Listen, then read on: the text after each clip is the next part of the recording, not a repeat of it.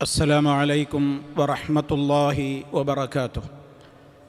الحمد لله رب العالمين.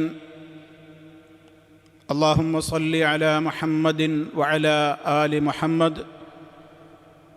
أما بعد فاتقوا الله عباد الله. സ്നേഹമുള്ള സത്യവിശ്വാസികളെ, വിശ്വാസിനികളെ, സഹോദരങ്ങളെ, ഇമാം നവവി റഹ്മത്തുള്ളാഹി അലൈഹിയുടെ റിയാദുസ് സാലിഹീനിൽ നമ്മുടെ ജീവിതത്തിൽ ഏറെ ശ്രദ്ധേയമായ, നമ്മൾ നിർബന്ധമായും ഒഴിവാക്കേണ്ടുന്ന ദുസ്വഭാവങ്ങളെ വിവരിക്കുന്ന അധ്യായത്തിലൂടെയാണ് നമ്മൾ കടന്നുപോയിക്കൊണ്ടിരിക്കുന്നത്.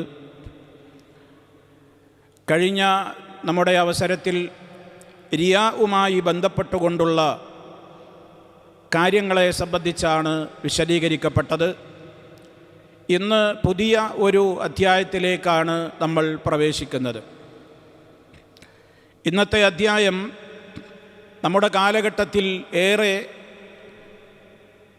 ഒരുപാട് ആളുകൾ പിഴച്ചുപോയിട്ടുള്ള, ധാർമ്മികമായ നിലവാരം വളരെയേറെ അധപ്പതിക്കാൻ കാരണമായിട്ടുള്ള സുപ്രധാനമായ ഒരു തിന്മയുടെ അടിവേരറുക്കുന്ന വിധത്തിലുള്ള നിയമങ്ങളും നിർദ്ദേശങ്ങളും അടങ്ങിയിട്ടുള്ള പ്രധാനപ്പെട്ട അധ്യായമാണ് ഇൻഷാ അല്ലാഹ് ഇന്ന് നമുക്ക് പഠിക്കുവാനുള്ളത്. ബാബു തഹരീമിൻ നളിരി ഇലൽ മർഅത്തിൽ അജ്നബിയ്യ വൽ അംറദിൽ ഹസൻ ലിഗൈരി ഹാജത്തിൻ ശർഇയ്യത്തിൻ. ഇതാണ് ഇമാം നവവി റഹ്മത്തുള്ളാഹി അലൈഹി ഈ അധ്യായത്തിന് നൽകിയ തലക്കെട്ട്. എന്താണ് ഈ അധ്യായം കൊണ്ട് ഉദ്ദേശിക്കുന്നത്? ബാബു തഹരീമിൻ നളിരി, നോക്കൽ ഹറാമാണ്. നളറ എന്ന് പറഞ്ഞാൽ നോക്കി, നമുക്കെല്ലാവർക്കും അറിയാം. നളറ് നോക്കൽ നിഷിദ്ധമാണ് എന്ന് പറയുന്ന അധ്യായം. എവിടേക്കുള്ള നോട്ടം? ഇലൽ മർഅത്തിൽ അജ്നബിയ്യ, ഇലൽ മർഅത്തിൽ അജ്നബിയ്യ. മർഅത്ത് എന്ന് പറഞ്ഞാൽ നമുക്കറിയാം സ്ത്രീ. അൽ അജ്നബിയ്യ എന്ന് പറഞ്ഞാൽ അന്യ സ്ത്രീ. അപ്പോൾ അന്യ സ്ത്രീയിലേക്കുള്ള നോട്ടം അത് നിഷിദ്ധമാണ് എന്ന് പറയുന്ന അധ്യായം. അന്യ സ്ത്രീയുടെ കാര്യം പറഞ്ഞപ്പോൾ അതിനെ ചേർത്തുകൊണ്ട് തന്നെ പറഞ്ഞത് ഏറെ പ്രാധാന്യമുള്ള മറ്റൊരു വിഷയമാണ്. വൽ അംറദിൽ ഹസൻ, നല്ല ഭംഗിയുള്ള, കാണാൻ ചന്തമുള്ള. അമ്രത് എന്ന് പറഞ്ഞാൽ താടിരോമവും മീശയൊന്നും മുളക്കാത്ത പ്രായത്തിലുള്ള കുട്ടികൾ എന്നർത്ഥം, ടീനേജുകാർ. അവർക്ക് താടി മീശയൊന്നും മുളച്ചിട്ടില്ല, പ്രായപൂർത്തിയിലേക്ക് ഇങ്ങനെ അടുത്ത് നിൽക്കുന്ന ആ നിലക്ക് ഉള്ള കുട്ടികളാണ്. അതാണ് അമ്രത് എന്നുള്ളത് കൊണ്ട് ഉദ്ദേശിക്കപ്പെടുന്നത്. അവരെ നോക്കലും ഹറാമാണ്. ലിഗൈരി ഹാജത്തിൻ ശർഇയ്യ, ശർഇയായ ആവശ്യങ്ങൾക്ക് വേണ്ടി അല്ലാതെ. ശർഇയായ ആവശ്യങ്ങൾ ഉണ്ടാകുമ്പോൾ ഇവരെയൊക്കെ നോക്കേണ്ടി വരും, ഇടപഴകേണ്ടി വരും, അവരുമായി പല കാര്യങ്ങൾക്കും ബന്ധപ്പെടേണ്ടി വരും. അത് ഇതിൽ നിന്ന് ഒഴിവാണ്. ഇതാണ് ഇപ്പോൾ ഇമാം നവവി റഹ്മത്തുള്ളാഹി അലൈഹി ഈ അധ്യായത്തിന് തലക്കെട്ടായി നൽകിയിട്ടുള്ളത്. നമ്മെ സംബന്ധിച്ചിടത്തോളം ഈ ഒരു കാലഘട്ടത്തിൽ ഒരു മനുഷ്യൻ ഏറ്റവും കൂടുതൽ അവൻ ശ്രദ്ധിക്കേണ്ടുന്നൊരു മേഖലയാണ് മനുഷ്യരുടെ ദൃഷ്ടി നിയന്ത്രണം എന്നുള്ളത്. സമൂഹത്തിൽ എല്ലാ ആളുകൾക്കിടയിലും നിലനിൽക്കുന്ന ഒരു ചൊല്ലാണ് കനകം മൂലം കാമിനി മൂലം. പണത്തിൻ്റെ കാര്യത്തിൽ ആളുകൾ വഴിവഴച്ചു പോകുന്നു, സാമ്പത്തിക മേഖലയിൽ അടിപതറി വീഴുന്നു പലരും. അതേപോലെ തന്നെ ലൈംഗികമായ വിഷയത്തിലും പലരും അടിപതറുകയാണ്. അങ്ങനെ അടിപതറുന്ന ആ ഒരു അഗാധമായ ചെളിക്കുണ്ടിലേക്ക് ആളുകൾ ചെന്ന് വീഴുന്നതിന് നിമിത്തമാകുന്ന അതിൻ്റെ വേര് നോക്കിയിട്ടുള്ള ചികിത്സയാണ് ഇസ്ലാം നിശ്ചയിച്ചിട്ടുള്ളത്. പരിശുദ്ധ ഖുർആനിൽ നമുക്കറിയാം, വ്യഭിചാരത്തെ വിരോധിച്ചുകൊണ്ടുള്ള ആയത്തിൽ അല്ലാഹു സുബ്ഹാനഹു വ തആല പറഞ്ഞ വാചകം തന്നെ എന്താണ്? ലാ തഖറബുസ്സിന, നിങ്ങൾ വ്യഭിചരിക്കരുത് എന്ന പ്രയോഗമല്ല. വലാ തഖറബുസ്സിന, നിങ്ങൾ വ്യഭിചാരത്തോട് സമീപിക്കുക പോലും ചെയ്യരുത്. അഥവാ സിനായിലേക്ക് മനുഷ്യൻ പെട്ടെന്ന് എത്തിപ്പെടുകയല്ല ചെയ്യുന്നത്. ഒരാൾ വ്യഭിചാരത്തിലേക്ക് ഒരു ദിവസം പെട്ടെന്ന് അയാളാണ് വ്യഭിചരിക്കല്ല. അതിലേക്ക് എത്തുന്ന കുറേ കവാടങ്ങൾ കടന്നിട്ട് വേണം ഒരാൾ ആ മഹാപാപത്തിൽ എത്തുവാൻ. അതുകൊണ്ട് തന്നെ അതിൻ്റെ ഫസ്റ്റ് സ്റ്റേജാണ് ദൃഷ്ടി നിയന്ത്രിക്കണം എന്നുള്ളത്. കാരണം നളറത്തുൻ സുമ്മ ഇബ്തിസാമുൻ ഫസലാം വകലാമുൻ സുമ്മ മൗഈദുൻ ലിഖാ. 6 മാർഗങ്ങൾ വ്യഭിചാരത്തിൻ്റെ മുന്നോടിയായിട്ട് പണ്ഡിതന്മാർ പരിചയപ്പെടുത്തുന്നുണ്ട്. ഒരു മനുഷ്യനെ വ്യഭിചാരത്തിലേക്ക്, ആ മഹാപാപത്തിലേക്ക് എത്തുന്നതിന് കുറേ കവാടങ്ങൾ കടക്കണം. ചില സ്റ്റേജുകളിലേക്ക് എത്തിയിട്ടാണ് അവൻ അതിൻ്റെ അവസാന അവസ്ഥയിലേക്ക് എത്തുന്നത്. നളറത്തുൻ കണ്ടോ, ആ ഒരു കവിയുടെ വരിയാണ് ഞാൻ നിങ്ങളെ കേൾപ്പിച്ചത്. നളറത്തുൻ സുമ്മ ഇബ്തിസാമുൻ ഫസലാം വകലാമുൻ സുമ്മ മൗഈദുൻ ലിഖാ. നളറത്തുൻ ആദ്യം നോട്ടാണ്. ഒരു നോട്ടമാണ് ഒരാളിൽ ദുഷിച്ച ചിന്തകൾക്ക് വിത്ത് പാകുന്നത്. അതുകൊണ്ട് ഇസ്ലാം അവിടെ തന്നെ പിടിച്ചു. ആദ്യം തന്നെ കൺട്രോൾ ചെയ്യേണ്ടത് അതാണ്. അയിമല എല്ലാം തുടക്കം. നോക്കുക, കാണുക. വിഹിതമല്ലാത്തതിലേക്ക് നോക്കിക്കൂടാ. അവിഹിതമായൊരു നോക്കാൻ പോലും പാടില്ല. ആ നളറത്തിലൂടെ മനുഷ്യന് ദുഷിച്ച ചിന്ത അവൻ്റെ മനസ്സിൽ വന്നു കഴിഞ്ഞു. നോട്ടത്തിലൂടെ അവൻ്റെ മനസ്സ്, നോട്ടം എന്ന് പറയുന്നത് സഹ്മും മിൻ സിഹാമി ഇബ്ലീസ്. നബി സല്ലല്ലാഹു അലൈഹി വസല്ലമിൻ്റെ മറ്റൊരു ഹദീസിൽ കാണാം, ഒരു അന്യ പെണ്ണിനെ ഒരാൾ നോക്കുക എന്ന് പറയുന്നത്, അല്ലെങ്കിൽ ഈ അമ്രത് എന്ന് പറയുന്ന ഇതായാലും മതി. ഇതൊക്കെ ഇപ്പോൾ ഈ ഇന്നത്തെ കാലഘട്ടത്തിൽ വലിയ പ്രസക്തമായ കാര്യങ്ങളാണ്. LGBTQ പിന്നെ പ്ലസ് ഇങ്ങനെ അതിൻ്റേതായ ചർച്ചകളൊക്കെ ലോകത്ത് നടന്നുകൊണ്ടിരിക്കുകയാണല്ലോ. ലെസ്ബിയനും ഗെയ്സും ബൈസെക്ഷലും അങ്ങനെ പല വിഭാഗങ്ങളായിട്ട് ഇതിനൊക്കൊന്ന് വലിയ പ്രചാരമുള്ള സമൂഹത്തിൽ അതൊന്നും ഒരു തെറ്റാണെന്ന് പറയാത്തൊരു കാലഘട്ടത്തിലാണ് നമ്മൾ ജീവിക്കുന്നത്. തെറ്റാണെന്ന് പറയുന്നവരൊക്കെ പിന്തിരിപ്പന്മാരായി മുദ്രകുത്തപ്പെടുന്ന അവസ്ഥയോളം നമ്മുടെ രാജ്യം മതപ്പതിച്ചു കഴിഞ്ഞു. അതങ്ങനെ ഉണ്ടാവും. അപ്പം അവിടെയൊക്കെ ഈ അധ്യായത്തിൻ്റെ പ്രസക്തി നമ്മൾ മനസ്സിലാക്കിയിരിക്കണം. അപ്പം നോട്ടത്തിലൂടെ മനുഷ്യ മനസ്സുകളിൽ ചെറിയ വികാരങ്ങൾ തുടങ്ങുകയാണ്. പിന്നെ അതിനനുസരിച്ച് അവൻ്റെ മനസ്സിലിങ്ങനെ ആശയായി ആ ആളായിട്ടൊന്നിങ്ങനെ അടുക്കണം എന്നായി. പിന്നെ കാണുമ്പോൾ ആദ്യം ഒരു നോട്ടം, പിന്നെയോ ഒരു പുഞ്ചിരി. ഇപ്പോൾ വർത്താനൊന്നുമില്ല, പിന്നെ ഒരു ചിരിക്കലാണ് രണ്ടാമത്തെ കവാടം. പിന്നൊന്ന് സലാം പറയലോടങ്ങും. സലാം മൂന്നാമത്തെ സ്റ്റേജ്. നാലാമത് പറയണേ കലാമുൻ, പിന്നെ വർത്താനം പറയലോടങ്ങും. അഞ്ചാമത്തത് പറയണേ സുമ്മ മൗഈദുൻ, പിന്നെ ടൈം നിശ്ചയിക്കും. എപ്പോഴാണ് നമ്മൾ കണ്ടുമുട്ടുന്നത്, എവിടെ വെച്ചിട്ടാണ് കണ്ടുമുട്ടുന്നത്, എവിടെ നമ്മൾ ഒരുമിച്ച് കൂടുന്നത്, എവിടെ വെച്ചിട്ടാണ് ഒന്ന് ഒരുമിക്കുക. അങ്ങനെ മൗഈദാണ്. ആ മറ്റേ കോഫി ഹൗസിൽ അല്ലെങ്കിൽ ഇവിടെ ഈ പാർക്കിൽ അങ്ങനെ മൗഈദ് അടുത്തതാണ്. സുമ്മ മൗഈദുൻ ലിഖാ, പിന്നെ അവസാനം സംഭവിക്കേണ്ട ലിഖാ, കണ്ടുമുട്ടി അത് സംഭവിക്കുന്ന അവസ്ഥയായി. 6 സ്റ്റേജിൽ കടന്നിട്ടാണ് ഒരാൾ ഒരു അവിഹിതമായൊരു ബന്ധത്തിലേക്ക് പോകുന്നത്. അതുകൊണ്ട് ഇസ്ലാം എപ്പോഴും അടിവേരാണ് ചികിത്സിക്കുക. ഇസ്ലാമികമായ ഏത് നിയമങ്ങൾ, ഇപ്പോൾ നമ്മളിവിടെ ഒരുപാട് അധ്യായങ്ങൾ ഇമാം നവവി റഹ്മത്തുള്ളാഹി അലൈഹിയുടെ കിതാബുൽ ഉമൂറുൽ മൻഹിയ, പിന്നെ വിരോധിക്കപ്പെട്ട കാര്യങ്ങളെ സംബന്ധിച്ച് നമ്മൾ എല്ലാം ചികിത്സ എവിടെ നിന്നാണ് മുത്തു മുസ്തഫ സല്ലല്ലാഹു അലൈഹി വസല്ലം അടിവേര് നോക്കിയിട്ടാണ് ചികിത്സിക്കുക. പുറത്തുള്ള പെയിൻ്റ് അടിക്കലും പുറത്തുള്ള മരുന്ന് വിതറലൊന്നുമല്ല. എന്താ ഇതിൻ്റെ അടിസ്ഥാനം എന്നാണ് ഇസ്ലാം നോക്കുന്നത്. അതുകൊണ്ട് തന്നെ ഞാൻ നേരത്തെ പറഞ്ഞതുപോലെ ഇബ്ലീസ് എറിയുന്ന ഏറ്റവും വലിയ അമ്പാണ് നോട്ടം എന്ന് പറയുന്നത്. അതുകൊണ്ടാണ് ദൃഷ്ടി നിയന്ത്രിക്കണം. സൂറത്തുൻ നൂറിലെ ആയത്താണ് ഇമാം നവവി റഹ്മത്തുള്ളാഹി അലൈഹി ഈ അധ്യായത്തിൽ അദ്ദേഹത്തിൻ്റെ പതിവ് ശൈലി അനുസരിച്ച് അദ്ദേഹം 3-4 ആയത്തുകൾ ഈ അധ്യായത്തിൽ ഹദീസുകൾ പറയുന്നതിൻ്റെ മുന്നോടിയായി നൽകിയിട്ടുണ്ട്. അപ്പോൾ തുടക്കത്തിൽ തന്നെ പറഞ്ഞതെന്താണ്? തഹരീമുൻ നളിരി ഇലൽ മർഅത്തിൽ അജ്നബിയ, അന്യ പെണ്ണിനെ നോക്കുക എന്നുള്ളത് ഹറാമായ സംഗതിയാണ്. എങ്ങനെ ഒരു അന്യ പെണ്ണാണോ അല്ലേ എന്നൊരാൾ വേർതിരിക്കൽ? അന്യ പെണ്ണാണോ അല്ലേ എന്ന് വേർതിരിക്കാൻ ചില നിയമങ്ങൾ ഇസ്ലാമിലുണ്ട്. അന്യ പെണ്ണും അല്ലാത്തവരും എന്ന് വേർതിരിക്കുന്നിടത്ത് അത് പ്രത്യേകം നമ്മൾ പഠിക്കുകയും മനസ്സിലാക്കുകയും ചെയ്യേണ്ടതാണ്. നമ്മുടെ നാട്ടിലൊക്കെ ഒരു കൂട്ടുകുടുംബ സമ്പ്രദായമാണ് നിലവിലുള്ളത്. അതിനൊരുപാട് സാഹചര്യങ്ങൾ നിമിത്തമായിട്ടുണ്ട്. നമ്മുടെ നാട്ടിൽ ഒരു വിവാഹം കഴിഞ്ഞാൽ ഇപ്പോഴൊക്കെ കുറേ മാറ്റങ്ങൾ വന്നു. വല്യപ്പുണ്ടാവും, വല്യമ്മണ്ടാവും, അവരുടെ മക്കളുണ്ടാവും. അങ്ങനെ ഒരു കൂട്ടുകുടുംബത്തിലേക്കാണ് വിവാഹം ചെയ്തു കൊണ്ടുവരിക. അവിടെ പലരും ഉണ്ടാകും. ഒരു കൂട്ടുകുടുംബ സമ്പ്രദായത്തിൽ പലപ്പോഴും നമ്മളൊരു കുടുംബത്തെ പോലെ കഴിഞ്ഞ് അതിൻ്റെ കുടുംബമാണ്, ഒരു വീട്ടിലെ അംഗങ്ങളാണ് എന്നുള്ള നിലക്ക് പലപ്പോഴും ആരാണ് അന്യർ, ആരാണ് തനിക്ക് മെഹ്റം എന്നുള്ള വിവേചനം ഇല്ലാതെയാകുന്ന ഒരു കാലത്താണ് നമ്മൾ ജീവിച്ചു കൊണ്ടിരിക്കുന്നത്. അതിൻ്റേതായ ഒരുപാട് ദൂഷ്യങ്ങളും പ്രയാസങ്ങളും നമുക്കുണ്ട് താനും. അപ്പം അതുകൊണ്ട് തന്നെ അജ്നബിയത്തായ പെണ്ണിനെ നോക്കൽ ഹറാമാണ് എന്ന് പറയുമ്പോൾ ആണുങ്ങൾ മനസ്സിലാക്കണം, പെണ്ണും മനസ്സിലാക്കണം, എനിക്ക് ആരൊക്കെയാണ് അന്യൻ, എനിക്ക് ആരൊക്കെയാണ് അന്യ പെണ്ണായി മാറുക. അവിടെയാണ് ഈ ചർച്ച കടന്നു വരുന്നത്. മഹറം ആരൊക്കെയാണ്? ഇസ്ലാമിന് ഒരുപാട് നിയമങ്ങളുണ്ട്. മഹറമിൻ്റെ കൂടെയല്ലാതെ യാത്ര ചെയ്യാൻ പാടില്ല. മഹറമിൻ്റെ കൂടെയല്ലാതെ ഒരിടത്ത് തനിച്ച് ഒരു അന്യ സ്ത്രീയും പുരുഷനും ഒരുമിച്ചിരിക്കാവതല്ല. അങ്ങനെ ഒരുപാട് നിയമങ്ങളുണ്ടല്ലോ ഈ മഹറമുമായി ബന്ധപ്പെട്ടുകൊണ്ട്. മഹറം എന്ന് പറയുമ്പോൾ നമ്മളൊക്കെ പലപ്പോഴും മനസ്സിലാക്കാതെ പോയിട്ടുള്ള ചില മേഖലകളുണ്ട്. അപ്പോൾ നമ്മളത് കൃത്യമായി തന്നെ അതിനെ സംബന്ധിച്ചു ഒന്ന് മനസ്സിലാക്കേണ്ട കാര്യം വളരെ പ്രാധാന്യമർഹിക്കുന്ന സംഗതിയാണ്.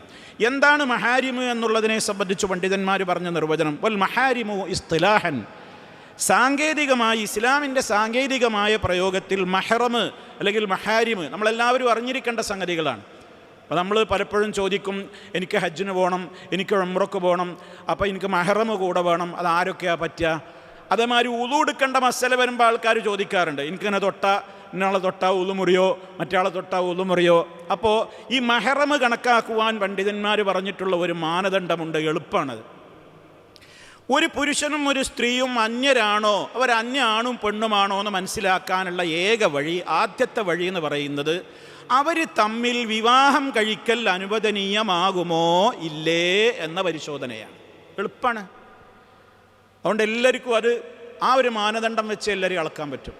അതായത് ഒരു പുരുഷൻ ഒരു സ്ത്രീ അവർ തമ്മിൽ വിവാഹം കഴിക്കാൻ പറ്റുമോ? വിവാഹം കഴിക്കാൻ പറ്റുന്നാണോ? എന്നാൽ ആ സ്ത്രീക്ക് ആ പുരുഷൻ അന്യയാണ്, ആ പുരുഷൻ ഈ സ്ത്രീ അന്യയാണ്. അതന്നെ അതിൻ്റെ നിയമം. അപ്പോൾ അവിടെയാണ് നമ്മൾക്ക് നമ്മുടെ നാട്ടിലെ ഞാൻ നേരത്തെ പറഞ്ഞ കുടുംബ സാഹചര്യങ്ങൾ കാരണത്താൽ അതിൻ്റെ അങ്കിളിൻ്റെ മോനാണ്, എളാപ്പാൻ്റെ മോനാണ്, എൻ്റെ മറ്റേ അങ്കിളാണ്, ഇങ്ങനെ കുറേ പേരുകൾ പറഞ്ഞുകൊണ്ട് ആളുകൾ എന്തു ചെയ്യും, എളാപ്പ മുത്താപ്പ മക്കളൊക്കെ ഉണ്ടാവും, ഒരുമിച്ച് ജീവിക്കുന്നുണ്ടാവും. അവരെ ഇടപഴകി ആണും പെൺകുട്ടികളൊക്കെ 10ാം ക്ലാസ്സിലും പ്ലസ് ടുവിനൊക്കെ പഠിക്കുന്ന കുട്ടികൾ ഒരുമിച്ച് കൈ കൊടുത്തിട്ടും ഇങ്ങനെ തോളിൽ കൈവച്ചിട്ടും മോട്ടോർ ബൈക്കിൻ്റെ പിന്നിലിരുത്തി ഒരുമിച്ച് യാത്ര ചെയ്തിട്ടും അങ്ങനെയൊക്കെ ചെയ്യുമ്പോൾ പറയും അത് ചെയ്യാൻ പാടില്ല, അത് എനിക്കത് അന്യോ എൻ്റെ എളാപ്പയുടെ മോളല്ലേ, എൻ്റെ മുത്തപ്പൻ്റെ മോളല്ലേ, അത് എൻ്റെ ഇന്നാളല്ലേ.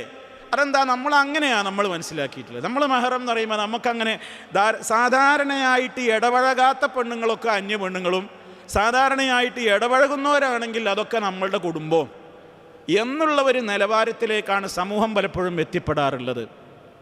അപ്പോൾ അതുകൊണ്ട് തന്നെ ഇവിടെ ശരിക്കും നമ്മൾ മനസ്സിലാക്കേണ്ടതുണ്ട് ആരാണ് മഹറം. അതാണ് ഇസ്ലാമിൻ്റെ സാങ്കേതിക പ്രയോഗത്തിൽ മഹാരിം എന്ന് പറഞ്ഞാൽ ഹുമുൽ അഷ്ഖാസ്, അതേതൊക്കെ വ്യക്തികളാണ്? അല്ലദീന ലാ യഹില്ലു ലഹും നിക്കാഹുൽ മർഅ, ഒരു സ്ത്രീയെ ആൾക്ക് വിവാഹം കഴിക്കൽ അനുവദനീയമല്ല. ബിനസബിൻ, വിവാഹബന്ധം ഏതെല്ലാം കാരണങ്ങളാൽ വിവാഹം കഴിക്കാൻ പാടില്ലാതായി വരും? ഒന്ന് രക്തബന്ധം കാരണത്താൽ വരും, അതാണ് നസബ്. മറ്റൊന്ന് മുസാഹറ, വിവാഹബന്ധം മുഖേന എനിക്ക് ചില പെണ്ണുങ്ങൾ നിഷിദ്ധാവും, അതിൻ്റെ രക്തബന്ധമായിട്ടല്ല. എൻ്റെ ഭാര്യയുടെ അനിയത്തിയെ ജ്യേഷ്ഠത്തിയെ എനിക്ക് ഒരുമിച്ച് വിവാഹം കഴിക്കാൻ പറ്റൂല, അത് എൻ്റെ ഭാര്യയെ ഞാൻ വിവാഹം കഴിച്ചതുകൊണ്ടുണ്ടായ ബന്ധമാണ്.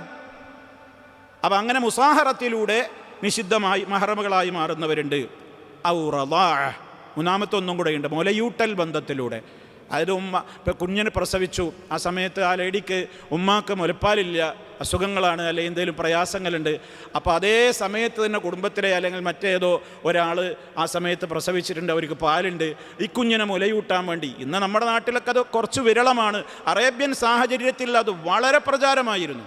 ഒരു കുഞ്ഞ് ജനിച്ചാൽ അപ്പോൾ മറ്റ് ഏതെങ്കിലും ഗോത്രങ്ങളിലുള്ള ഉമ്മമാർക്ക് മുലയൂട്ടാൻ വേണ്ടി ഏൽപ്പിച്ചു കൊടുക്കും. നമ്മൾ റസൂൽ സല്ലല്ലാഹു അലൈഹി വസല്ലമയുടെ ചരിത്രം വായിക്കുന്നിടത്ത്, സഹാബാക്കളിൽ പലരുടെയും ചരിത്രം വായിക്കുന്നിടത്ത് അവരൊക്കെ ജനിച്ചാൽ ഉടനെ അവർക്ക് മുലയൂട്ടാൻ വേണ്ടിയിട്ട് ഉമ്മമാരെ ഏൽപ്പിക്കുന്ന സമ്പ്രദായമായിരുന്നു ഉണ്ടായിരുന്നത്. അപ്പം അങ്ങനെ ഒരു സ്ത്രീയുടെ മുലയൂട്ടപ്പെട്ടിട്ടുണ്ടെങ്കിൽ ആ റളാഅത്തിലൂടെ ഒരു മഹ്റമിയത്ത് സ്ഥിരപ്പെടുന്നുണ്ട്. അങ്ങനെ മഹ്റമിയത്ത് സ്ഥിരപ്പെടുമ്പോൾ എന്തായി, ആ മുല കുടിച്ചിട്ടുള്ള ആ കുട്ടിക്ക് ആ മുല കൊടുത്ത സ്ത്രീ ഉമ്മയുടെ സ്ഥാനത്താണ്. അതിനനുസരിച്ച് അതിൻ്റേതായ നിയമങ്ങൾ വരും. അങ്ങനെയുള്ള നിയമങ്ങൾ വരുന്ന കാര്യങ്ങൾ അതാണ് മഹ്റം എന്ന് പറയുന്നത്. അപ്പോൾ അതിൽ ആരായിരുന്നാലും, സ്ത്രീകളായിരുന്നാലും പുരുഷന്മാരായിരുന്നാലും ഒക്കെ വാസ്തവത്തിൽ ഒരാൾ അന്യ ആണാണ് എന്ന് ഒരു സ്ത്രീക്ക് ബോധ്യമായി കഴിഞ്ഞാൽ അതെത്ര ഇടപഴകുന്ന ആളാവട്ടെ, കുടുംബത്തിലെപ്പോഴും കാണുന്ന ആളാവട്ടെ, അവർക്ക് ആ അന്യ സ്ത്രീ എന്നുള്ള നിലക്ക്, അന്യ പുരുഷൻ എന്നുള്ള നിലക്കുള്ള ഇടപെടലാണ് അവർ സ്വീകരിക്കേണ്ടത്. നമ്മളെ നാട്ടുനടപ്പ് അതിന് അനുകൂലമാണോ അല്ലേ എന്നുള്ളതൊന്നുമല്ല ഇവിടുത്തെ വിഷയം. ശ്രദ്ധിക്കേണ്ടത് തന്നെയാണ്. ഒരു സ്ത്രീയെ സംബന്ധിച്ചിടത്തോളം അവൾക്കൊരു ഭർത്താവ്, അത് പിന്നെ പറയേണ്ടതില്ല. പിന്നെ പിതാക്കൾ, പാപ്പമാരവൾക്ക് മഹറമാണ്. പിതാക്കൾ എന്ന് പറയുമ്പോൾ അവളെ സ്വന്തം പാപ്പയാവാം, പിന്നെ പറയാനില്ലല്ലോ. അതേപോലെ തന്നെ ഭർത്താവിൻ്റെ ഉപ്പ നമ്മളെ അമ്മോശം എന്ന് പറയണേ, ഭർത്താവിൻ്റെ ഉപ്പ, അത് ആ സ്ത്രീയെ സംബന്ധിച്ചിടത്തോളം മഹറമാണ്. അതേപോലെ തന്നെ മക്കൾ, സ്വന്തം മക്കൾ, ഭർത്താവിൻ്റെ മറ്റു ഭാര്യമാരിലുള്ള മക്കൾ, എന്നെ കല്യാണം കഴിച്ച ഭർത്താവിന് വേറൊരു കല്യാണം കഴിച്ചപ്പോൾ അതിലൊരു മകനുണ്ട്, ഒക്കെ മഹറം തന്നെയാണ്. പിന്നെ പേരക്കുട്ടികൾ അതിൽ വരും. പിന്നെ മക്കളുടെ ഭർത്താക്കന്മാർ, നമ്മളെ മകളുടെ ഭർത്താവ്, അങ്ങനെ പിന്നെ പേരമക്കളുടെ ഭർത്താക്കന്മാർ, അവരൊക്കെ മഹറമിൻ്റെ ആ വകുപ്പിലാണ് ഒരു സ്ത്രീയെ സംബന്ധിച്ചിടത്തോളം വരുന്നത്. ചിലതിങ്ങനെ പറഞ്ഞു പോവുകയാണ്, നമ്മളൊന്ന് മനസ്സിലാക്കിയിരിക്കാൻ വേണ്ടി. പിന്നെ മറ്റ് സ്വന്തം സഹോദരന്മാർ, അതായത് ഉമ്മയും വാപ്പയും ഒത്ത സഹോദരനാവട്ടെ, ഉപ്പ ഒത്ത സഹോദരനായിരുന്നാലും ഒക്കെ ബ്രദേഴ്സ്, അവരും നമുക്ക് മഹറം തന്നെയാണ്. പിന്നെ സ്വന്തം സഹോദരന്മാരുടെ മക്കൾ, തൻ്റെ ബ്രദേഴ്സിൻ്റെ ആങ്ങളമാരുടെ അവരുടെ മക്കൾ, അതൊക്കെ മഹറമാണ് ഒരു സ്ത്രീയെ സംബന്ധിച്ചിടത്തോളം. പിന്നെ ഉമ്മാൻ്റെ ഉപ്പാൻ്റെ ബ്രദേഴ്സ്, ഒരു സ്ത്രീയുടെ ഉമ്മയുടെ ഉപ്പയുടെ ബ്രദേഴ്സ്, എളാപ്പ മൂത്താപ്പ എന്നൊക്കെ പറയുന്ന ആ ബന്ധത്തിലുള്ളത്. അപ്പോൾ ഈ വിധത്തിലൊക്കെയാണ് ഒരു സ്ത്രീയെ സംബന്ധിച്ചിടത്തോളം അവർ അതൊക്കെ ചിന്തിക്കേണ്ടതുണ്ട്. അതേപോലെ അതിനെ കണക്കാക്കിയിട്ട് ആണുങ്ങൾ ഇങ്ങോട്ടും ചിന്തിച്ചാൽ മതി. അപ്പം ഇവിടെയൊക്കെ മഹറം ആരാണ്, അതൊക്കെ മഹറം അല്ലയോ എങ്കിൽ അതാരാണ്? അതിനാണ് ഞാനിത് പറയുന്നത്. ഈ ഹെഡിങ്ങിൽ പറഞ്ഞ എന്തായി മാറും? അൽ അജ്നബിയ്യ. മർഅത്താവുമ്പോൾ അൽ അജ്നബിയായി, മറ്റേത് അജ്നബിയത്തായി, മറ്റേത് അജ്നബിയായി, അന്യ സ്ത്രീയായി, അന്യ പുരുഷനായി. ഇവരുമായുള്ള ഇടപാടുകളിൽ ഇസ്ലാമിന് കൃത്യമായ നിയമമുണ്ട്. അതേ അവസരത്തിൽ ഞാൻ നേരത്തെ പറഞ്ഞല്ലോ, ഒന്നിച്ചൊരു വീട്ടിൽ വളർന്നു എന്ന കാരണത്താൽ അന്യരല്ലാതാകുന്നില്ല. അതാണ് ഞാൻ നേരത്തെ സൂചിപ്പിച്ചത്. ഇപ്പോൾ ഉമ്മയുടെ അതുപോലെ തന്നെ ഉപ്പയുടെ സഹോദരന്മാരുടെ മക്കൾ, ഉമ്മാൻ്റെ സഹോദരൻ, ഉമ്മായുടെ സഹോദരി, അവരുടെ മക്കള്, അപ്പോൾ ഇളയമ്മ മൂത്തമ്മ മക്കള്, എളാപ്പ മൂത്താപ്പ മക്കള് പരസ്പരം വിവാഹം കഴിക്കൽ എന്താണ്? അനുവദനീയാണ്. അവർ വിവാഹം കഴിക്കൽ അനുവദനീയമായതുകൊണ്ട് അന്യരാണവർ. അതാണിപ്പോൾ നമ്മുടെയൊക്കെ നാടുകളിൽ വല്ലാതെ ലംഘിക്കപ്പെടുന്നൊരു നിയമം. അങ്ങനെ കുട്ടികളൊക്കെ ഒരുമിച്ച് ഓരോ ഫംഗ്ഷൻ ഒരുമിച്ച് കൂടുമ്പോൾ കല്യാണത്തലേന്നും വിരുന്നിനും ഗെറ്റ് ടുഗദറുകൾക്കും മറ്റുള്ള കാര്യങ്ങൾക്കൊക്കെ ഒരുമിച്ച് കൂടുന്നിടത്ത് യാതൊരു മറയും ലൈസൻസും ഇല്ലാത്ത നിലക്ക് പരസ്പരം പൊട്ടിച്ചിരിച്ച് കൈവച്ച് അങ്ങോട്ടും ഇങ്ങോട്ടും ഷെയ്ക്കൻഡ് കൊടുത്ത് ഒരേപോലെയുള്ള ആങ്ങളപ്പങ്ങൾ ഡീലിങ്സാണ് മുഴുവനും നടന്നുകൊണ്ടിരിക്കുന്നത്. ഇത് ഇസ്ലാമികമായി ശരിയാവില്ല. ഇത് ശ്രദ്ധിക്കുക തന്നെ വേണം. അത് എൻ്റെ അങ്കിളിൻ്റെ മോനാണ്, എൻ്റെ ഏറ്റവും അടുത്ത ആളല്ലേ, അവരൊക്കെ അന്യരായ പിന്നെ എങ്ങനെ നടക്കുക എന്നൊക്കെ പറയും. അതേപോലെ തന്നെ ഒരു സ്ത്രീയുടെ ഭർത്താവിൻ്റെ ആങ്ങളമാർ, ഭർത്താവിൻ്റെ തന്നെ താഴെയുള്ള ആൾ മേലുള്ള ആൾ, ഒരു സ്ത്രീയെ സംബന്ധിച്ചിടത്തോളം തൻ്റെ ഭർത്താവാണ് തനിക്ക് അനുവദിക്കപ്പെട്ട ആൾ. ഭർത്താവിൻ്റെ അനുജനോ ഭർത്താവിൻ്റെ ജ്യേഷ്ഠനോ തനിക്ക് അന്യനാണ്. അപ്പം അതുകൊണ്ട് തന്നെ താത്താനെ കൂട്ടിക്കൊണ്ടുവരാൻ വേണ്ടിയിട്ട് ബൈക്കുമ്മൽ പോവുക, എന്നിട്ട് ഇളയച്ചൻ്റെ കൂടെ ഈ പെണ്ണ് ഒരേ ബൈക്കിൽ യാത്ര ചെയ്യുക, പാടില്ലല്ലോ, അന്യാണല്ലേ. അപ്പം അതൊക്കെ നമ്മളെ നാട്ടിൽ പറഞ്ഞാൽ ആളുകൾ പറയും, എന്താ ഇപ്പം നിങ്ങൾ ഈ പറയുന്നത്, ഇത്ര കുടുസാക്കുകയാണോ ഇസ്ലാം? കുടുസല്ല, വളരെ വ്യക്തമാണ് കാര്യങ്ങൾ. അപ്പം അതുകൊണ്ട് തന്നെയാണ് ആ ഒരു മേഖല സഹോദരന്മാർക്ക് നമ്മുടെ ഉമ്മയും ഉപ്പയുടെയും സ്ഥാനം തന്നെയാണ്. സഹോദരന്മാർക്ക് നമ്മളെ ഉമ്മയുടെ ഉപ്പാടെയും സ്ഥാനം തന്നെയാണ്. അതേ അവസരത്തിൽ അവരുടെ മക്കൾ നമുക്ക് അന്യരാണ്, അവർ തമ്മിൽ വിവാഹം കഴിക്കാം. അതേപോലെ തന്നെയാണ് ഉമ്മാൻ്റെയോ ഉപ്പാൻ്റെയോ സഹോദരിമാരുടെ ഭർത്താക്കന്മാർ, ഉമ്മാൻ്റെയോ ഉപ്പയുടെയോ സഹോദരിമാരുടെ ഭർത്താക്കന്മാർ. ഇപ്പം ഉമ്മാടെ സഹോദരിയുടെ ഭർത്താക്കൾ എന്ന് പറയുമ്പോൾ നമുക്ക് ആ വകുപ്പിലുള്ള എളാപ്പ അല്ലെങ്കിൽ മൂത്താപ്പ അന്യനാണ്.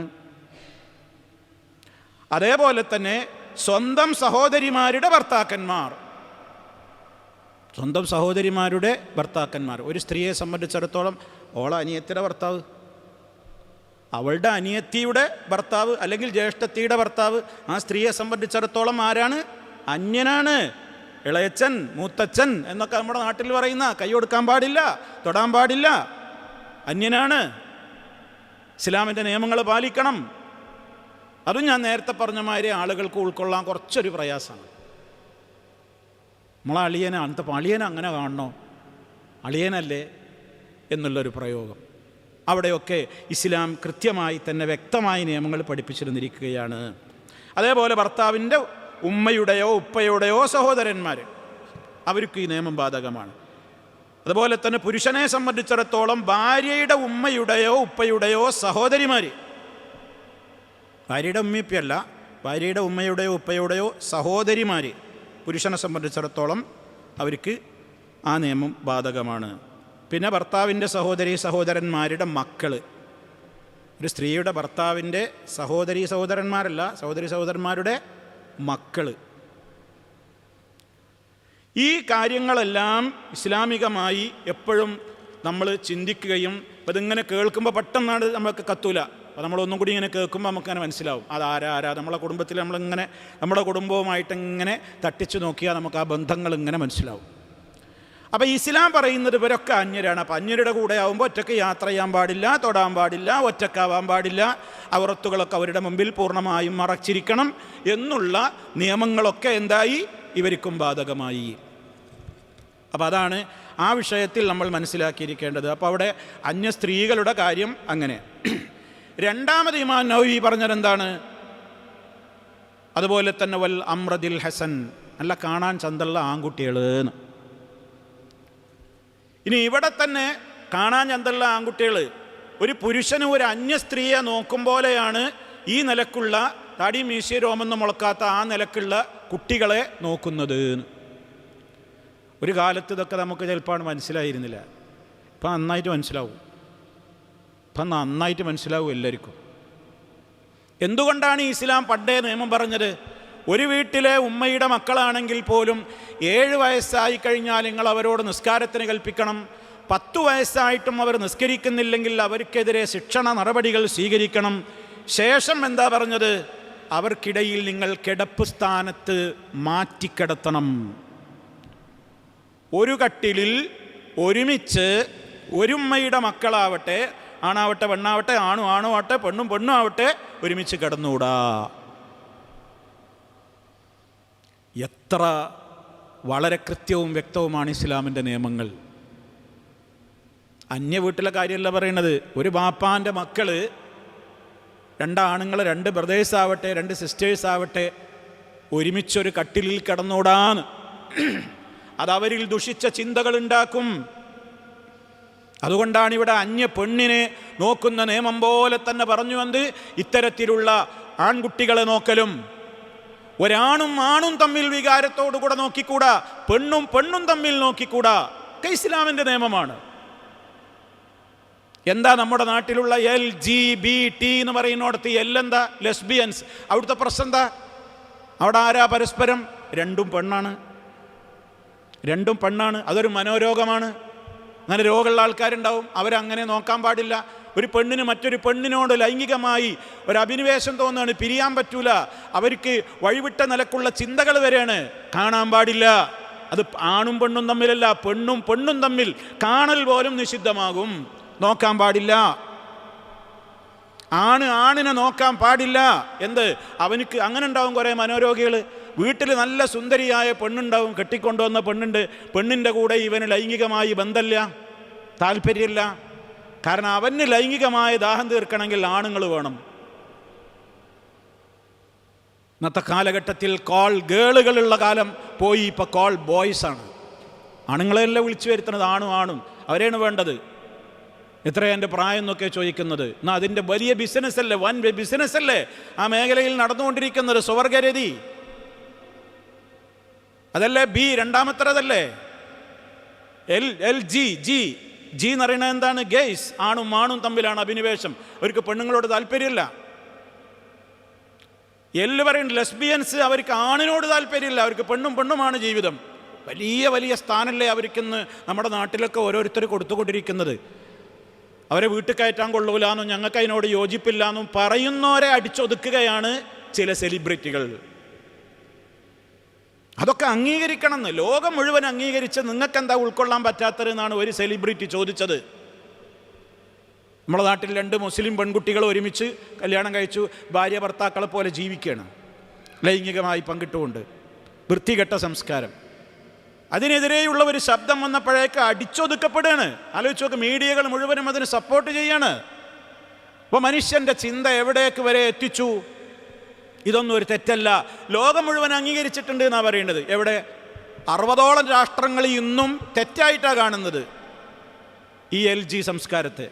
ഗെയ്സും അംഗീകരിക്കുന്നില്ല. അടുത്തല്ല ഇപ്പോൾ അമേരിക്ക പോലും എന്ത് ചെയ്തത്? അങ്ങനെ ഒരു കൂട്ടരെ നമ്മൾ പൗരന്മാരായിട്ട് അംഗീകരിക്കൂല, ഇവിടെ സമ്മതിക്കൂല.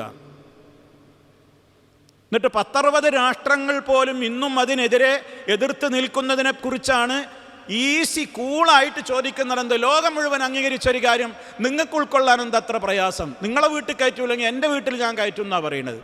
ആലോചിച്ച് നോക്കണം ഇതിലൊക്കെയുള്ള അപകടങ്ങൾ. അപ്പോൾ നമ്മുടെ സമൂഹം എവിടേക്കാണ് ചിന്തിക്കുന്നത്? ഇവിടെ കല്യാണം കഴിക്കുക എന്നുള്ളത് അള്ളാഹു നിശ്ചയിച്ചിട്ടുള്ള പ്രകൃതി. വമിൻ ആയാതിഹി അൻ ഖലഖ ലക്കും മിൻ അൻഫുസികും അസ്വാജാ ലിതസ്കുനൂ ഇലൈഹാ. നിങ്ങൾ ആശ്വാസം കണ്ടെത്തേണ്ടത് ആണ് അവളിലാണ്, പെണ്ണ് അവനിലാണ്. ആ തിയറി തന്നെ മാറ്റി എഴുതിയിട്ട് പറയണ ഒന്നും ആവശ്യമല്ല ഇവിടെ. ഇതൊരു തരം മനോരോഗമാണ്, ഇതൊരു മാനസിക രോഗികളാണ്. ആ രോഗികൾ എന്ത് ചെയ്യരുത്? ഇങ്ങനത്തെ ആൺകുട്ടികളെ ആണുങ്ങൾ നോക്കാൻ തന്നെ പാടില്ല, കൈ കൊടുക്കാനും പാടില്ല. അന്യമണ്ണിനുള്ള നിയമമൊക്കെ തന്നെയാണ്. ഒരു ആൺകുട്ടിയെ കണ്ടാൽ വൈകാരികത ഉദിക്കുന്ന ഒരാൾ ആ രൂപത്തിൽ ഒരു ആൺകുട്ടിയെ നോക്കാൻ പാടില്ല, അവനെ തൊടാൻ പാടില്ല, അവൻ്റെ കൂടെ കിടക്കാൻ പാടില്ല, ഒന്നിച്ചിരിക്കാൻ പാടില്ല. ഇതൊക്കെ ഇസ്ലാമിൻ്റെ നിയമമാണ്. എല്ലാവരും അങ്ങനെ ആവില്ല, എല്ലാവരും അങ്ങനെ അല്ലല്ലോ. അതുകൊണ്ടാണ് ഞാൻ നേരത്തെ പറഞ്ഞതുപോലെ വിവാഹം കഴിച്ചിട്ട് പോലും ഇന്നും എത്ര കുടുംബങ്ങൾ കണ്ണുനീരൊഴുക്കി കഴിയുന്നു ആ വീട്ടിലെ പെണ്ണുങ്ങൾ. കാരണം ഭർത്താവിന് അവളെ വേണ്ട, അയാൾ വേറെ ഏതോ ആൺകുട്ടികളെ കൂടെ അങ്ങനെ ജീവിക്കുകയാണ് റൂം എടുത്തിട്ട്. ഇന്നാ ലില്ലാഹി വ ഇന്നാ ഇലൈഹി റാജിഊൻ. ഇതാണ് ലോകം. അതുകൊണ്ടാണ് ഈ ഇസ്ലാം എന്ന് പറയുന്നത്. കണ്ടോ, അധ്യായം തന്നെ ഈ ഇതൊക്കെ പറയുമ്പോൾ ഏത് കാലത്തായി ഇതൊക്കെ പറയും. ഇമാം നവവി റഹ്മത്തുള്ളാഹി അലൈഹിയുടെ കാലത്ത് അധ്യായം രചിച്ചപ്പോൾ പോലും പറയുന്നത് എന്താ? അന്യ പെണ്ണെന്ന് മാത്രമല്ല വേറെ അമ്രദിൽ ഹസൻ, ആൺകുട്ടികളെ നോക്കാൻ പാടില്ല എന്ന്. ലിഗൈരി ഹാജത്തിൻ ശർഇയ്യ, ശർഇയ്യായ ആവശ്യങ്ങളുണ്ടെങ്കിൽ അന്യ പെണ്ണിനെ നോക്കാം, വരെയൊക്കെ നോക്കാം. എന്താ ഈ ശർഇയ്യായ ആവശ്യം എന്ന് പറഞ്ഞാൽ? ഒരു അന്യ പെണ്ണുങ്ങളെ കാണേണ്ട അവസ്ഥകൾ വരും. ഒരു വിവാഹം അന്വേഷിക്കുമ്പോൾ നബി സല്ലല്ലാഹു അലൈഹി വസല്ലം പറഞ്ഞില്ലേ, ഒരു അന്യ പെണ്ണാണ് വിചാരിച്ചിട്ട് നമുക്ക് കാണാതെ വിവാഹം കഴിക്കാൻ പറ്റുമോ? കാണണം.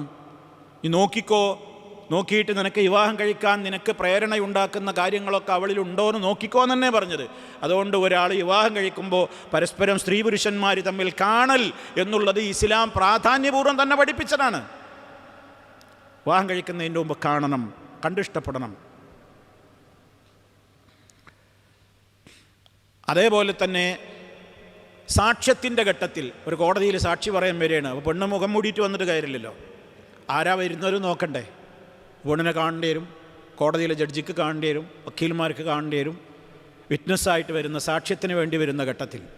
അതേമാതിരി ചികിത്സയുടെ ഘട്ടത്തിൽ ഒരു ഡോക്ടർക്ക് ഒരു സ്ത്രീയെ ചികിത്സിക്കേണ്ടി വരുന്നു, അവളെ നോക്കേണ്ടി വരും. എവിടെയാണോ അസുഖമുള്ളത് ആ അസുഖമുള്ള ഭാഗം മാത്രം, അതിലപ്പുറം അയാൾക്ക് കാണാൻ പാടില്ല, അയാൾ നോക്കാനും പാടില്ല. അതിനൊക്കെയുള്ള ലവാബിത്തുകൾ, ഷുറൂത്തുകളുണ്ട്. ഒരു ഡോക്ടർക്ക് ഒരു പേഷ്യൻറ്റിന് ഒരു അന്യ പുരുഷനോ സ്ത്രീയോ ആണെങ്കിൽ ഏതൊക്കെ കാര്യങ്ങൾ കാണാം, നോക്കാം എന്നുള്ളതിന് അതിൻ്റേതായ ഷുറൂത്തുകളുണ്ട്, അതിൻ്റേതായ നിയമങ്ങളുണ്ട്. ആ നിയമങ്ങളൊക്കെ പാലിച്ചുകൊണ്ട് അവർക്കതിൽ ഇടപെടാം. അതാണ് ഈ പറയുന്ന അധ്യായത്തിൽ ലിഗൈരി ഹാജത്തിൻ ശർഇയ്യത്തിൻ എന്ന് പറയുന്നത്. ശർഇയായ ആവശ്യങ്ങൾക്ക് വേണ്ടിയല്ലാതെ. കാരണം നിർബന്ധമായ സാഹചര്യങ്ങളിൽ നിയമങ്ങൾ, സാക്ഷാൽ നിയമങ്ങളിൽ നിന്ന് ഇളവ് വരും. അതാണ് നമ്മൾ ആ വിഷയത്തിൽ മനസ്സിലാക്കിയിരിക്കേണ്ടത്. ഇനി സഹോദരന്മാരെ, നമ്മൾ മനസ്സിലാക്കിയിരിക്കേണ്ടത്, ഞാൻ പറഞ്ഞല്ലോ മറ്റേത് മാനസികമായ ചില രോഗികളാണ്. അത് ആണുങ്ങൾക്ക് പെണ്ണിനെ കാണുമ്പോഴും ഉണ്ടാവും, അതുപോലെ ആണിനെ കാണുമ്പോഴും പെണ്ണിനെ കാണുമ്പോഴും വൈകാരികത തോന്നുന്നുവെങ്കിൽ അവർ തമ്മിലുള്ള നോട്ടം പോലും പാടില്ലാത്തതാണ്. കാരണം അതൊരു തരം മനോരോഗമാണ്, ഒരു തരം രോഗികളാണവർ, ഒരു തരം ലൈംഗിക രോഗമാണത്. അതുകൊണ്ട് തന്നെയാണ് ഇസ്ലാം അതൊക്കെ മുൻകൂട്ടി കണ്ടുകൊണ്ട് തന്നെയാണ് ഇതിലൊക്കെ നിയമങ്ങൾ അവതരിപ്പിച്ചിട്ടുള്ളത്. ഇനി വീട്ടിലുള്ള ആളുകൾ തന്നെയും ബന്ധപ്പെട്ട ആളുകൾക്ക് തന്നെയും മെഹ്റമിൻ്റെ മുമ്പിൽ പോരും ഒരു സ്ത്രീക്ക് എല്ലാം മെഹ്റമല്ലേ എന്നുള്ള നിലയ്ക്ക് എല്ലാം വെളിവാക്കാൻ പറ്റുമോ? എല്ലാം വെളിവാക്കാനൊന്നും പറ്റൂല. തല തുറന്ന് കാണാം, മുഖം കാണാം, കൈത്തണ്ടകൾ കാണാം, കാല് പിന്നെ കണങ്കാൽ ഭാഗങ്ങൾ കാണാം. അങ്ങനെയൊക്കെ വാപ്പാക്ക് മക്കളെ അല്ലെങ്കിൽ മരുമക്കളെ എന്നൊക്കെ പറയുന്നത് പോലും പറ്റുള്ളൂ. അല്ലാതെ എൻ്റെ മെഹ്റമാണ് വിചാരിച്ചിട്ട് എല്ലാം അയച്ചിട്ട് കൊണ്ട് വാപ്പാരെ മുമ്പിൽക്കോ അമ്മൂസൻ്റെ മുമ്പിൽക്കോ അല്ലെങ്കിൽ മറ്റുള്ളവരുടെ മുമ്പിൽക്കോ ബ്രദേഴ്സിൻ്റെ മുമ്പിൽക്കോ ഒരു പെണ്ണിന് ഇറങ്ങാൻ പാടുണ്ടോ? ഇല്ല. ഇതിനൊക്കെ അതിൻ്റേതായ നിയമങ്ങളുണ്ട്. നമ്മൾ അതിൻ്റെ വിശദ തലങ്ങളിലേക്ക് പോകുന്നില്ല. അപ്പോൾ അള്ളാഹു സുബ്ഹാനഹു വ തആല കൃത്യമായി ഇങ്ങനെ നിയമം പറഞ്ഞു. എന്തുകൊണ്ട്? അപ്പോൾ ഇമാം നവവി റഹ്മത്തുള്ളാഹി അലൈഹി അധ്യായത്തിൽ ആദ്യമായി നൽകുന്ന ആയത്ത് സൂറത്തു നൂറിലെ ആയത്താണ്. ഖുല്ലിൽ മുഅ്മിനീന യഗുദ്ദൂ മിൻ അബ്സാരിഹിം വയഹ്ഫളൂ ഫുറൂജഹും ദാലിക അസ്കാ ലഹും ഇന്നല്ലാഹ ഖബീറും ബിമാ യസ്നഊൻ. അതുപോലെ തന്നെ പെണ്ണുങ്ങളോടുണ്ട്. വഖുല്ലിൽ മുഅ്മിനാതി യഗ്ളുദ്ന മിൻ അബ്സാരിഹിന്ന വയഹ്ഫളന ഫുറൂജഹുന്ന. ഖുല്ലിൽ മുഅ്മിനീന, സത്യവിശ്വാസികളായ പുരുഷന്മാരോട് പറയൂ പ്രവാചകരെ, യഗുല്ലു, അവർ താഴ്ത്തട്ടെ, ചിമ്മട്ടെ, മിൻ അബ്സാരിഹിം, അവരുടെ ദൃഷ്ടികളിൽ നിന്ന്. ദൃഷ്ടി എപ്പോഴും താഴ്ത്താൻ പറ്റുമോ? ആൾക്കാർക്ക് നടക്കണ്ടേ പല കാര്യം. അപ്പോൾ അതാണ് ദൃഷ്ടികളിൽ നിന്ന്. ആ മിന്ന് അറബി ഭാഷാ പ്രയോഗമനുസരിച്ച് മിൻലിത്ത് ബിഈലി, ചിലയിടത്ത് പിന്നെ കണ്ട് നോക്കാൻ പാടില്ല. എപ്പോഴും കണ്ണ് പിന്നെ ചിമ്മിയ പിന്നെ മനുഷ്യന് നടക്കട്ടെ. അതുകൊണ്ടാണ് ആ പ്രയോഗം പോലും വളരെ സൂക്ഷ്മമാണ്. കുല്ലിൽ മുഅ്മിനീന യഗുദ്ദൂ മിൻ അബ്സാരിഹിം, അവർ ദൃഷ്ടി താഴ്ത്തണം. എവിടുക്കാൻ നോക്കാൻ പാടില്ലാത്തത് ഞാൻ നേരത്തെ പറഞ്ഞു, മെഹ്റമല്ലാത്തവരിലേക്ക് നോക്കാൻ പാടില്ല. അതാണ് വിഹിതം. മറ്റേത് അവിഹിതം. അവിടെ നോക്കിക്കൂടാ. അങ്ങനെ നോക്കിയാൽ അവൻ്റെ മനസ്സിൽ ദുഷിച്ച ചിന്തകളുണ്ടാകും. അത് മനുഷ്യ മനസ്സിൽ തെറ്റായ ചിന്തകൾ ഉണ്ടാക്കി കഴിഞ്ഞാൽ പിന്നെ ഫർജ് ഇടപെടും. അഥവാ പിന്നെ ലൈംഗികമായ അവൻ്റെ ലൈംഗികാവയവമായിരിക്കും പിന്നെ അതിൻ്റെ അവസാന പരിണിതി. ആ മോഹത്തിൻ്റെ പൂവണിയാൻ ആ രൂപത്തിലുള്ള പ്രവർത്തനങ്ങളിലേക്ക് പോകും. എന്താ അങ്ങനെ പറയാൻ കാരണം? അല്ലാഹു തആല ഇത് പറഞ്ഞ ഉടനെ തന്നെ എന്തു പറഞ്ഞു? അവരുടെ ദൃഷ്ടികളിൽ നിന്നവർ താഴ്ത്തട്ടെ, വയഹ്ഫളൂ ഫുറൂജഹും. കണ്ടോ ആ തർത്തീബ് നോക്കൂ നിങ്ങൾ. കണ്ണ് താഴ്ത്തട്ടെ എന്ന് പറഞ്ഞ ഉടനെ പിന്നെ പറയണം വയഹ്ഫളൂ ഫുറൂജഹും, അവരുടെ ലൈംഗികാവയവങ്ങളെ അവർ കാത്തു സൂക്ഷിക്കുകയും ചെയ്യട്ടെ. മുഅ്മിനീങ്ങളോട് പറയൂ ദൃഷ്ടി താഴ്ത്താൻ, അവരുടെ ലൈംഗികാവയവങ്ങളെ കാത്തു സൂക്ഷിക്കാനും പറയൂ. എന്താ കാരണം? ഗള്ളുൽ ബസർ, ദൃഷ്ടി താഴ്ത്തിയിട്ടില്ലെങ്കിൽ ഹിഫ്ളുൽ ഫർജിന് ഭംഗം വരും. കാരണം ആ ഫർജ് കൊണ്ട് പിന്നെ മനുഷ്യൻ ലൈംഗികാവയവം കൊണ്ട് തെറ്റു ചെയ്യും. എന്താ നിമിത്തമായ വാതിലേതാണ്? നോട്ടം. ഒന്നാമത്തെ കാരണം നോട്ടമാണ്. അതുകൊണ്ടാണ് നോക്കാതിരിക്കാൻ പറയുന്നത്. നോക്കിയാലാണ് ഈ പ്രശ്നമൊക്കെ. അതുകൊണ്ട് ആദ്യം തന്നെ ആ തുടക്കത്തിന് പോകണ്ട. അതുകൊണ്ട് പറഞ്ഞു അങ്ങനെ വേഗം ദൃഷ്ടി താഴ്ത്തിക്കോളിൻ. വയഹ്ഫളൂ ഫുറൂജഹും, അവരുടെ ലൈംഗികാവയവങ്ങളെ അവർ കാത്തു സൂക്ഷിക്കുകയും ചെയ്തു കൊള്ളട്ടെ.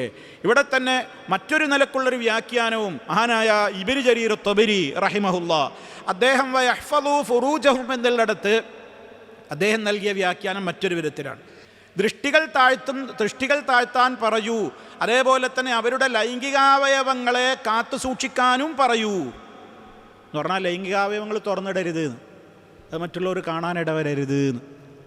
ആ വ്യാഖ്യാനവും നൽകിയിട്ടുണ്ട് ആര്? ഇമാം ഇബ്നു ജരീർ ത്വബരി റഹിമഹുല്ലാ. മറ്റേത് ഒന്നിൻ്റെ ബൈ പ്രൊഡക്റ്റായിട്ട് വരുന്നതാണ്, നതീജയായിട്ട് വരുന്നതാണ്. ദൃഷ്ടിയോണ്ട് നോക്കുമ്പോൾ പിന്നെ ഇങ്ങനെ സംഭവിക്കും, അതുകൊണ്ട് അങ്ങനെ നിങ്ങളുടെ ലൈംഗികാവയവത്തെ കാത്തു സൂക്ഷിക്കണം എന്നാണ് ഭൂരിപക്ഷ മുഫസ്സിരീങ്ങളും വ്യാഖ്യാനം കൊടുത്തത്. ഇബ്നു ജരീർ ത്വബരി റഹിമഹുല്ലാ അദ്ദേഹത്തിൻ്റെ തഫ്സീറിൽ പറഞ്ഞത് എന്താണ്? അവരുടെ ഔറത്തുകൾ തന്നെ അവരെന്ത് ചെയ്യണം?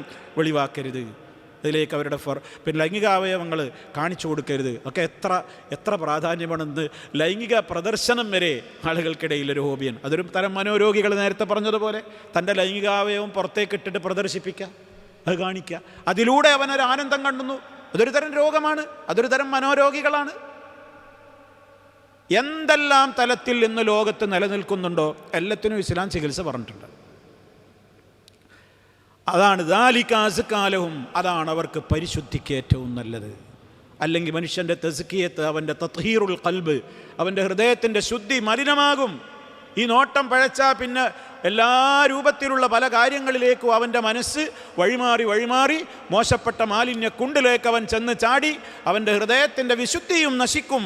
അവനും നശിക്കും. അതുകൊണ്ടാണ് പറഞ്ഞത് നിങ്ങൾക്ക് ഏറ്റവും പരിശുദ്ധിക്ക് യോജിച്ചത് നിങ്ങളുടെ ദൃഷ്ടി താഴ്ത്തലാണ്. അതുകൊണ്ടാണ് ഇതേ കാര്യം തന്നെ സ്ത്രീകളോടും പറഞ്ഞു. സത്യവിശ്വാസിനികളായ സ്ത്രീകളോടും പറഞ്ഞേക്കൂ പ്രവാചകരെ, യഗ്ളുദ്ന അവരും ദൃഷ്ടികൾ താഴ്ത്തട്ടെ മിൻ അബ്സാരിഹിന്ന വയഹ്ഫദ്ന. കണ്ടോ, യഹ്ഫദ്ന അതൊക്കെ അറബി ഭാഷയിൽ അത് സ്ത്രീകളെക്കുറിച്ചായതുകൊണ്ടാണ് യഗ്ളുദ്ന യഹ്ഫദ്ന എന്നൊക്കെ പ്രയോഗം മാറി പറയുന്നത്. ഒന്ന് പുല്ലിംഗമാണ്, സ്ത്രീലിംഗമാണ്, അഥവാ മുദക്കറാണ്, മുഅന്നസാണ്. അപ്പോൾ ആ നിലക്ക് അവരോടും അങ്ങനെ പറഞ്ഞു. പിന്നെ അവരോട് നിയമങ്ങൾ വേറെയാ പിന്നെ പറയുന്നത്. വലാ യുബ്ദീന സീനത്തഹുന്ന അവരുടെ ശരീരത്തിൻ്റെ അലങ്കാരങ്ങൾ അവർ വെളിപ്പെടുത്തരുത്. ശരീരത്തിൻ്റെ അലങ്കാരങ്ങൾ അവർ എന്തൊക്കെ മറച്ചു വെക്കണം, ആരുടെയൊക്കെ മുമ്പിൽ വെളിപ്പെടുത്താൻ പറ്റാവുന്നവരാര്, പറ്റാത്തവരാര്, അവർ ഹിജാബ് അണിയേണ്ടത് ആരുടെയൊക്കെ മുമ്പിൽ എന്നൊക്കെയുള്ള നിയമങ്ങൾ കൃത്യമായി തന്നെ ശേഷം തുടർന്നുകൊണ്ട് വിശാലമായി പറയുന്നുമുണ്ട്. എന്തായിരുന്നാലും ആണിനാവട്ടെ പെണ്ണിനാവട്ടെ ലൈംഗികമായ അവിഹിതമായ മോഹം ഉദിക്കുവാൻ കാരണമാകുന്ന ഒന്നാമത്തെ മൗലികമായ കാരണം അവിഹിതമായ നോട്ടമാണ്. അതുകൊണ്ട് അവിടെ തന്നെ ഇസ്ലാം ചികിത്സിച്ചിട്ട് പറഞ്ഞു, നോട്ടത്തെ നിങ്ങൾ എന്ത് ചെയ്യണം, നിയന്ത്രിക്കണം. അതാണ്.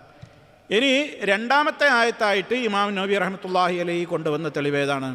പരിശുദ്ധ ഖുർആൻ സൂറത്തുൽ ഇസ്രായിൽ ഇന്നസ്സംഅ വൽ ബസറ വൽ ഫുആദ് കുല്ലു ഉലൈക കാന അൻഹു മസ്ഊലാ.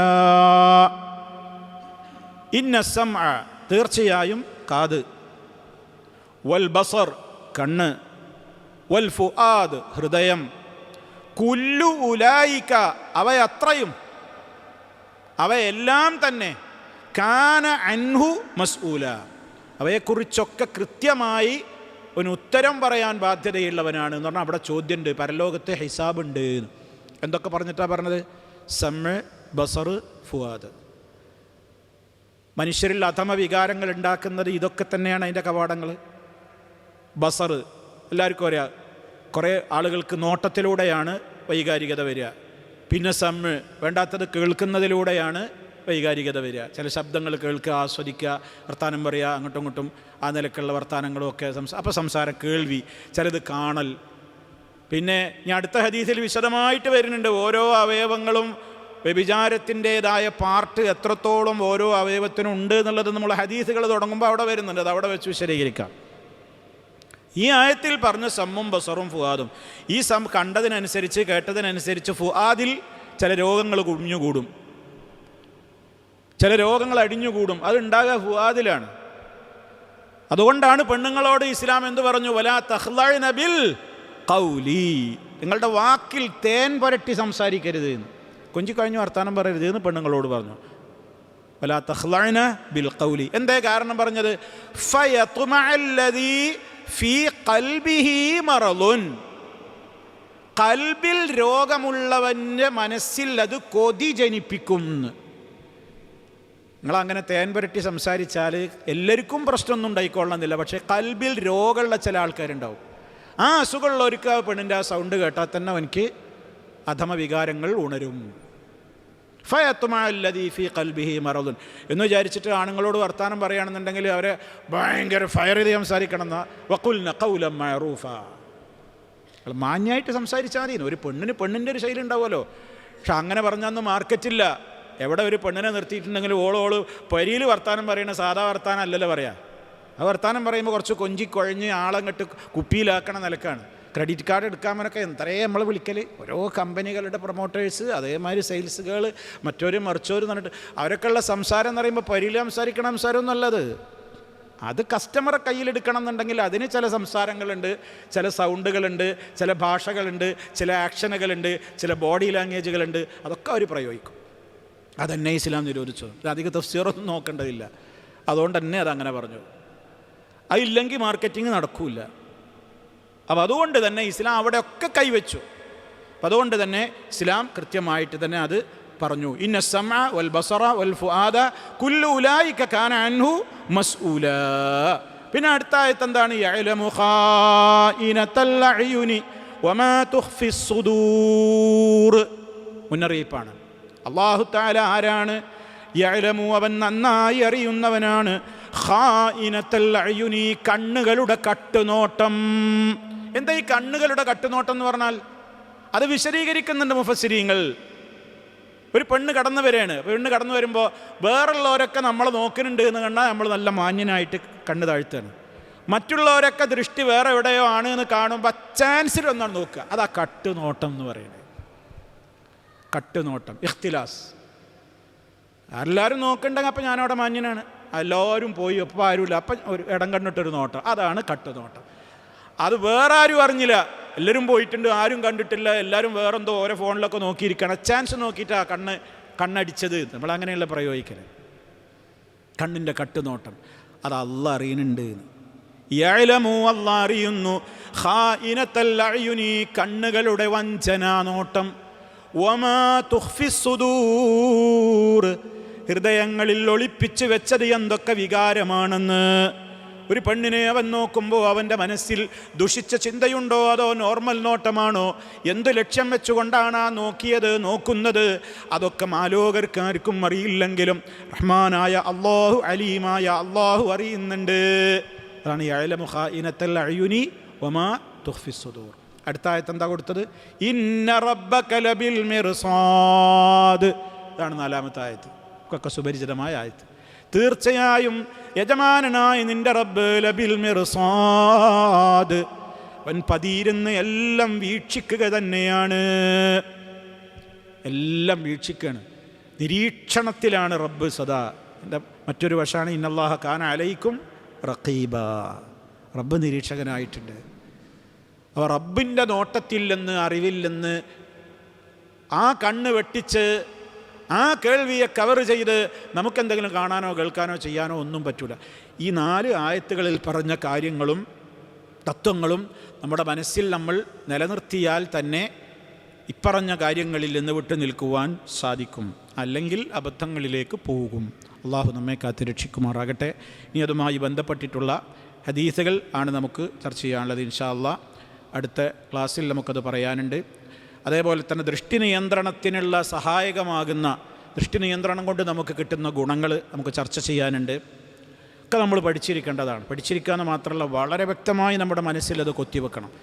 അതേപോലെ തന്നെ ദൃഷ്ടി നിയന്ത്രിക്കുവാൻ സഹായകമാകുന്ന കുറേ കാര്യങ്ങൾ പണ്ഡിതന്മാർ എണ്ണി പറഞ്ഞിട്ടുണ്ട്. ഒക്കെ നമ്മൾ പഠിച്ചിരിക്കേണ്ടതാണ്. നമ്മൾ നിത്യജീവിതത്തിൽ ഇത് വല്ലാത്തൊരു പ്രയാസമാണ്. ഇത് പറയുമ്പോൾ എളുപ്പമല്ല, വലിയ പ്രയാസമുള്ള സംഗതിയാണ്.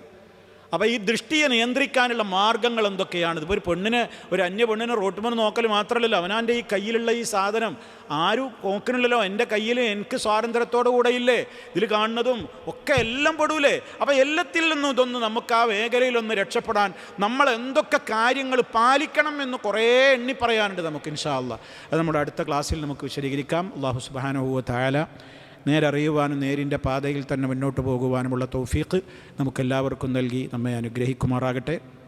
മാരകമായ രോഗങ്ങളിൽ നിന്ന്, സഹിക്കാനാവാത്ത പരീക്ഷണങ്ങളിൽ നിന്ന് അള്ളാഹു നമ്മെ എല്ലാവരെയും കാത്ത് രക്ഷിക്കുമാറാകട്ടെ. റബ്ബന ആതിന ഫിദ്ദുനിയ ഹസന വഫിൽ ആഖിറതി ഹസനതൻ വഖിന അദാബന്നാർ. اللهم اجعل هذا البلد آمنا مطمئنا وسائر بلاد العالمين. اللهم سدد خطى حاكمنا يا ذا الجلال والإكرام. ربنا اغفر لنا ذنوبنا وكفر عنا سيئاتنا وتوفنا مع الأبرار والحمد لله رب العالمين.